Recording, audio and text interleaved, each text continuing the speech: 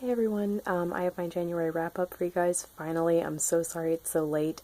I didn't want to do it because I wanted to finish a book before I filmed it so I could include that book in the wrap up. Then I got sick for 8 days. Then I just got lazy, so I'm so sorry.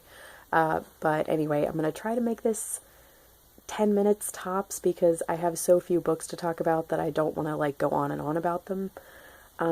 So the first thing that I finished was Richard II by William Shakespeare. I got the folder edition out from the library, as well as the Archangel audio production on CD out from the library.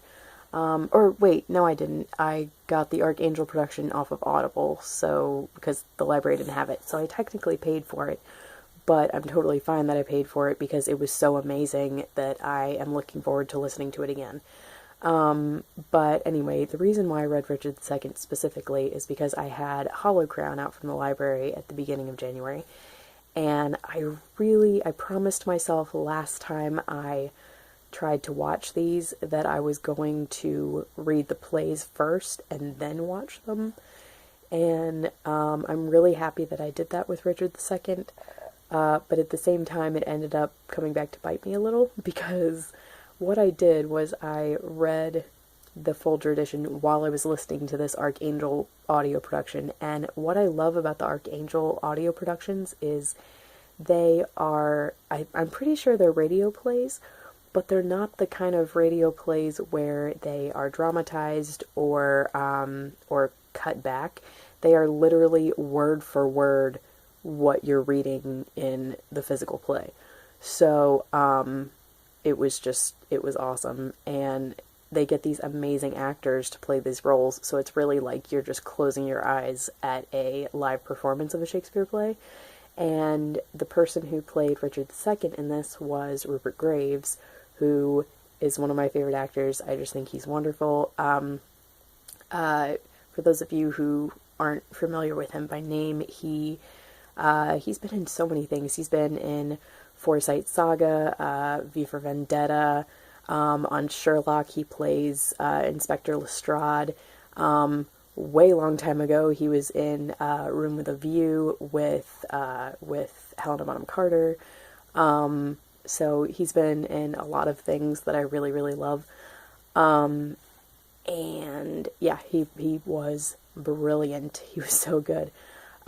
But the downside to him being that good is I then went back and tried to watch Hollow Crown and didn't really take. The first go round, I had to stop watching because I just ran out of time, and that's when I was like, oh, well, I should be reading the plays first anyway.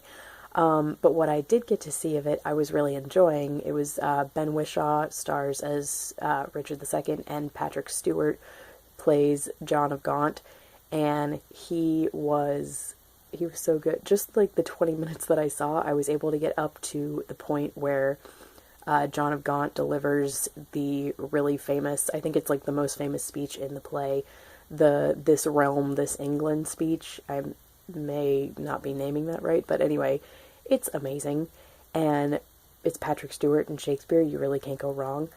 But when I was rewatching it, the problem that I had was I kept comparing Rupert Graves' performance to Ben Wishaw's performance, and Rupert Graves kept coming out in favor, and I think it was because I really need to separate the performances that I see. I need to wait 6 months and then get Hollow Crown back out and watch it, and then wait another 6 months and watch the David Tennant version of Richard II after I've seen the Hollow Crown version.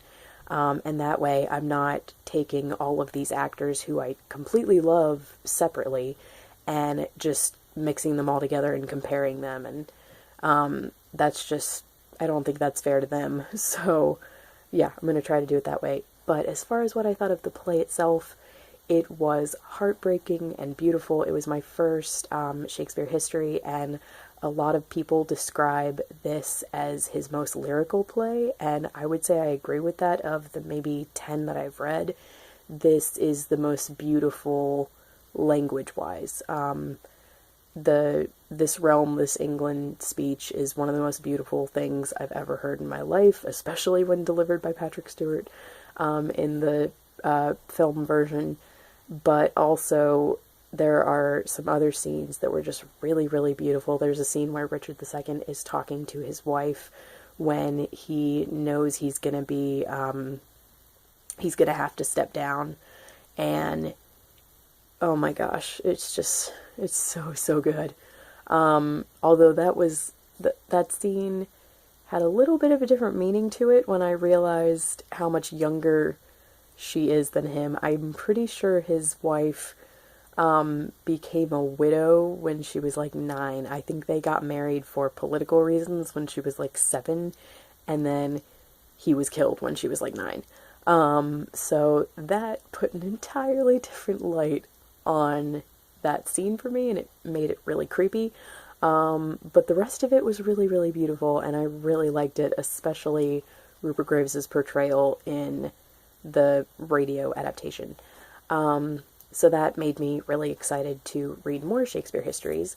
I was trying to go in the order that Hollow Crown goes in. I was going to do Richard II, and then Henry IV, parts 1 and 2, and then Henry V. Unfortunately, my library only has the Spark Notes version of Henry IV, parts 1 and 2, which really bothers me. It's weird. It's like the Spark Notes No Fear Shakespeare version, and I don't know if that was saying that the No Fear Shakespeares are Spark Notes, or if they were saying that it's like the Spark Notes version of that edition of Shakespeare. But either way, I wasn't going to read it.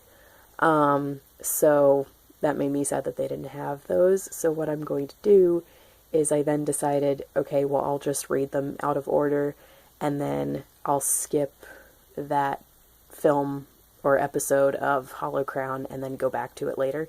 So I still haven't ordered those. I need to order Henry IV parts 1 and 2, but, you know, I need to get some more money before I do that. But anyway, so, what was I gonna... Oh, I read a little bit of Henry V, and then I ran out of time, so I ended up having to watch the movie first because I own the play, so I was like, okay, you own it, read it later.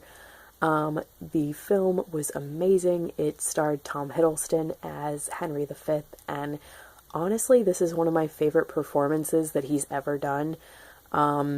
It was brilliant. There are some amazingly famous, beautiful speeches in this play.